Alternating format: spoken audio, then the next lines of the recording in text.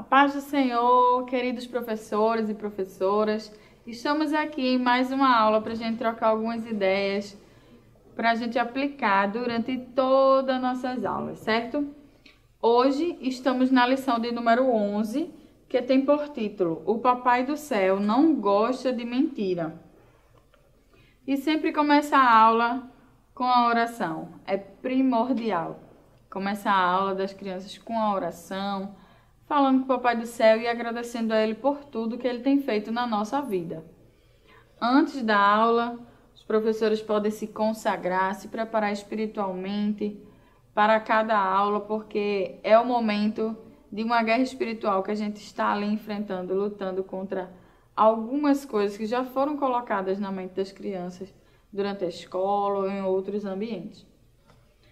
Então, a aula de hoje, a gente é a continuação da aula da semana passada, que falou um pouco sobre Isaac. Quando Isaac começa a crescer e o pai dele pede para que procure uma esposa para Isaac. E no decorrer da história encontra Rebeca e eles casam e ficam felizes. Com o tempo, depois, que é justamente essa a história da gente, que entra na parte que Rebeca, ela fica grávida, né? Aí naquele tempo não tinha hospital para estar fazendo ultrassom, para ver quantos bebês tinha, se tinha um, se tinha dois, se não tinha. Então, ela fica grávida e ela começa a sentir alguns incômodos muito fortes. E ela vai fazer o quê? Orar, falar com o Papai do Céu. E Papai do Céu diz a ela que tem duas crianças. E elas dentro do ventre, elas brigam. E aí a gente vai aprendendo no decorrer da história que depois ela dá à luz aos dois filhos, que são gêmeos, né?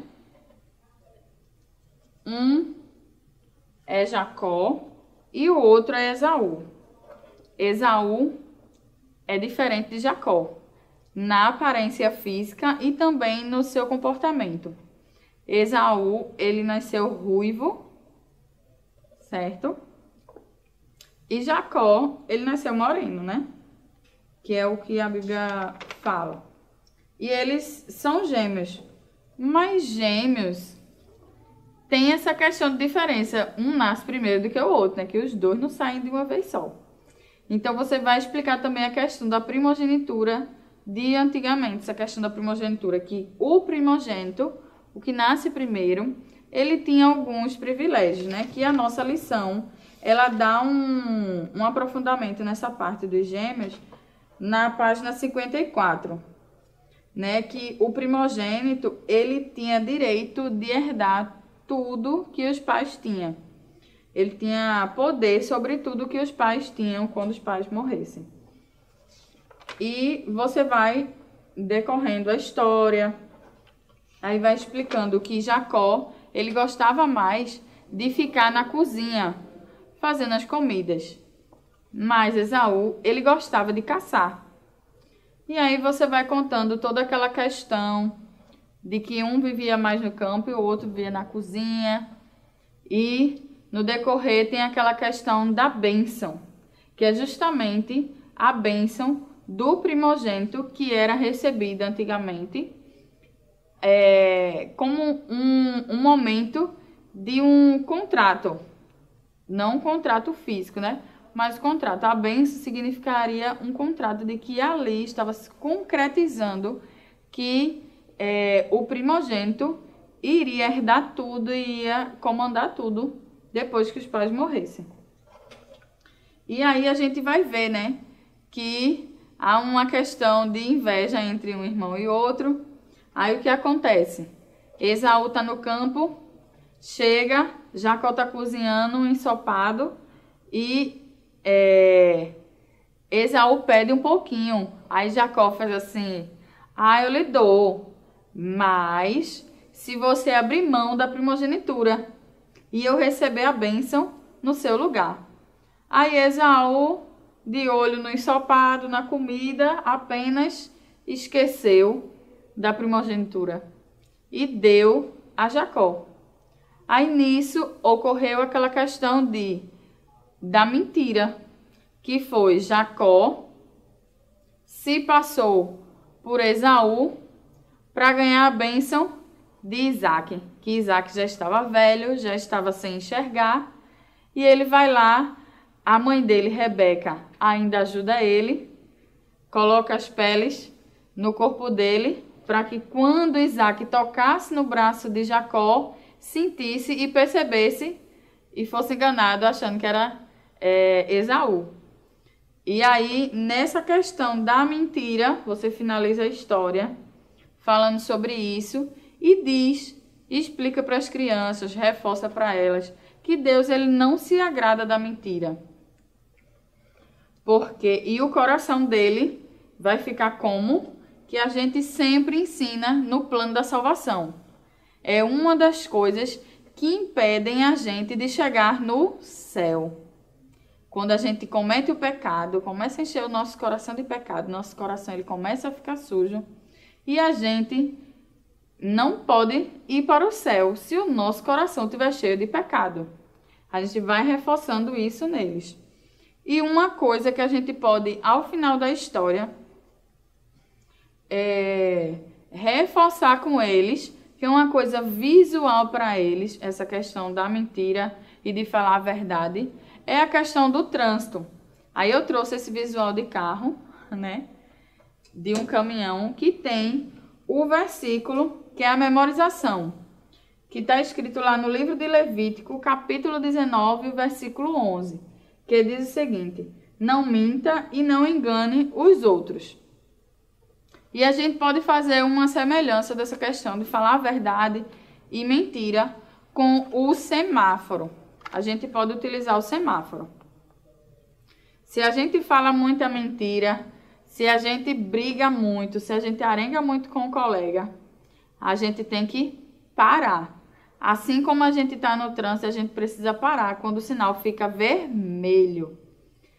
E isso é uma coisa que nos impede de ir para o céu.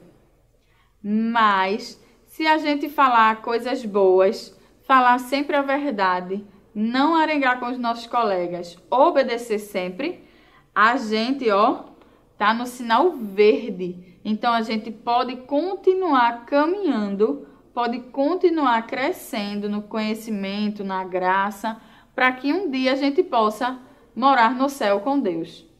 E esse amarelo, o que pode significar?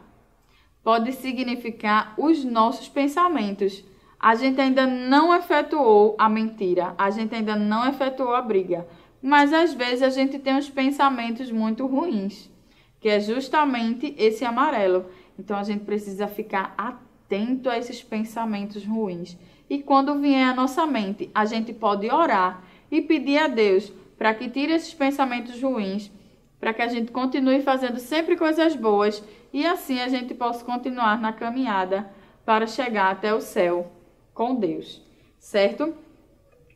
E então, a gente tem esses visuais e também a gente pode utilizar o próprio visual que vem no nosso manual, que são esses que a gente pode colocar tanto nessa mala mágica, que eu sempre mostro ela, que é um visual fácil de você fazer, ou então você pode confeccionar um livro assim, um pouco mais elaborado, e ir colocando. Esse livro você pode ver que é branco dentro das páginas e você pode ir recortando a cada lição e pode usar ela durante todo o trimestre. Aí você cola com a fita crepe para que não rasgue, né? Aí você vai apresentando a aula para as crianças de uma forma lúdica, né? E aqui eu trouxe também os bonecos, que podem também ser usados. Você pode fazer um pouco mais elaborado, ou pode usar caixa de leite também, essas caixas quadradinhas, e fazer também um boneco bem legalzinho. E aqui é representando Rebeca e Isaac. Esse daqui representando Esaú e esse Jacó.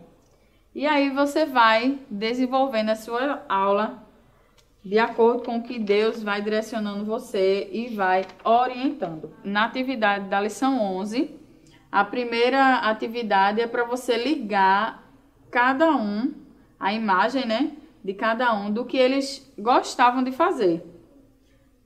Esse daqui é Jacó, né? Que a gente vai comparar com a imagem que vem aqui, ó, no visual da gente. Esse daqui é Jacó e esse daqui é Esaú. Aí você vai ligar o que é que ele gostava de fazer. Esaú gostava de fazer de caçar. E Jacó gostava de cozinhar. Aí você vai ligar e na segunda você vai circular a refeição que Esaú comeu, que é justamente essa daqui, que era como se fosse um ensopado, né? E aí você vai trabalhando e no final você pode também, uma outra atividade, já que os meninos estão naquela fase de gostar muito de brincar, por que não relembrar a história e os objetivos da lição, que é ensinar a criança, que ela possa aprender, né? Que Deus não gosta de mentiras e aprender a falar sempre a verdade. E nisso você pode também levar alguns carrinhos, pode utilizar esse semáforo aqui e levar alguns carrinhos para que eles possam brincar. E você vai dizendo, se eu mentir, aí o carrinho fica parado. Se eu obedeço, aí a criança pode mexer com o carrinho e dizer que ele está andando. E aí você vai desenvolvendo essa parte lúdica e essa parte do brincar também com as crianças, certo? Que Deus abençoe a cada um de nós, que a gente possa cada dia mais ser capacitado por Deus e continuar crescendo na graça e no conhecimento e levando a boa palavra de Cristo para todos os pequeninos. Que Deus abençoe e até a próxima aula. Tchau! Você sabia que a Livraria Arca Missionária vai até você? Pois é, para sua melhor comodidade, sua livraria agora dispõe dos serviços de entrega. Tudo isso para que você, amigo leitor, desfrute de boas literaturas sem sair do conforto da sua casa. Entre em contato conosco através do nosso WhatsApp 81982867808 ou através das nossas redes sociais. Livraria Arca Missionária, cada dia mais perto de você.